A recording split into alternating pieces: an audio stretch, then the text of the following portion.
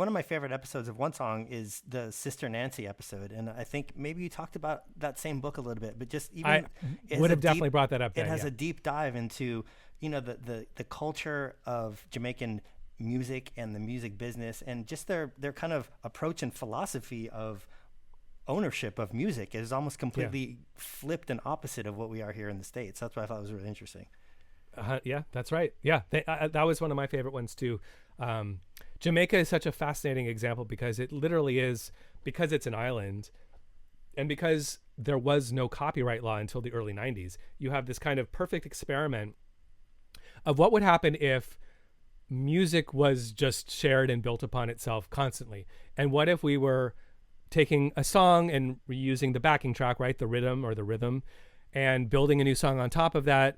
And then there are albums that came out where the same, like the Stalag 17 rhythm, which is the Sister Nancy Bomb Bomb episode, that's the rhythm.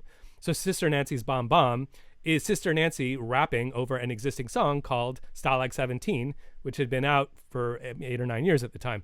That is, Jamaican culture celebrates that. It doesn't say, oh my God, you're so uncreative, come up with something original, which, by the way, my comments are every time we do a rap or hip hop episode, it shocks me that people still have this mentality this many decades into the existence of sampling and this many decades into the existence of, but that's another day. But in Jamaica, you have this perfect storm of creative reuse that is celebrated and becomes this ongoing conversation. And you can sort of trace the history of the island and its people in a way through its music, where a song connects to a previous song, etc. I have one more question for you. I want to get your take on so Taylor Swift recently, she re-recorded a bunch of her own music almost identically and re-released it in order to avoid paying royalties to her music label. Is that a cover? Is that interpolation? And more importantly, like, is that a brilliant loophole that she invented? Like, what? Can you break down the politics of why she did that and why it isn't done more often? Yeah. So that's been around for a while. I used to have a publishing deal with Razor and Tie. I'm just remembering, like, it was like 10 years ago. And I remember, so I'm trying to simplify my answer. There is the phenomenon of the recordings and the publishing are two different copyrights. And if you're a musician, if you've signed a deal, then depending on who you are and how much leverage you have in the band, but for the most part, you may not be the owner of the recording. The label is likely to be the owner of the public. So Taylor's a perfect example. The reason why she did that is she wrote the songs, co-wrote the songs, her publishing, hers for life. She'll get royalties on that, and rightfully so. But the master recordings she was paid in advance up front, essentially, in order for the label to own those indefinitely and with full ownership rights over them. The ability, I'm going to just stop there because there's more complexity to it, which is not worth mentioning. But Taylor Swift did not own her own recordings, and it's Taylor Swift. So if she doesn't own it, it trickles all the way down to the lowliest deal. So to me, and just to tie it up with what I mentioned before, as early as when I was co-writing 10 years ago, I remember, I think that was Foreigner. I remember Foreigner had re-recorded some of their works because they had also been in a bad deal. So they were recording Hot Blooded and all these songs, right? And that's ELO, basically a short circuit to cut out the record label. So the record label owns. The record label has no need to pay them. That's very specific execution of that song.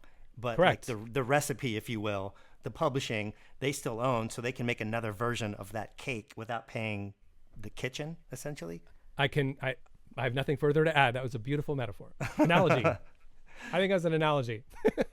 I think that that was perfectly put. They own the recipe, but not the cake. And so Taylor is remaking all of her cakes. And I think that is cool. And that's brilliant. And that's like, yes, power to her to do that. Absolutely. And so those would be covers? She's covering right. herself? To that question. Yeah, I suppose technically it would be...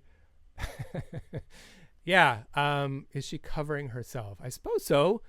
I mean, technically she needs to maybe sign off on, a cover is a compulsory.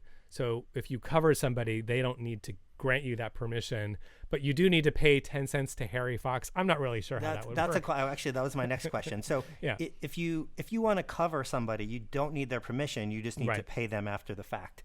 And conversely, if you're a band and somebody really lame wants to cover your music, there's no way to really stop them?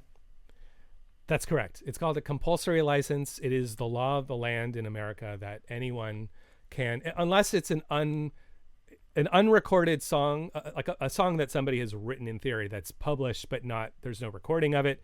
I think that's which doesn't really happen anymore, really. But if that would be the loophole, like you can't cover a song that the writer themselves or that nobody has ever recorded. You can't be the first to record it without permission. But once it's been recorded once, anyone can do their version of Superstition or, a Taylor Swift, Cruel Summer, right?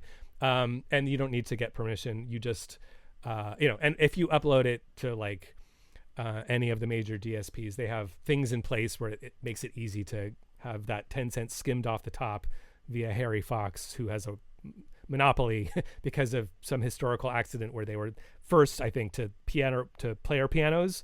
I think that's where their royalty monopoly stream comes from. But yeah, they'll take care of making sure the songwriter gets their 10, 12, whatever it is cents.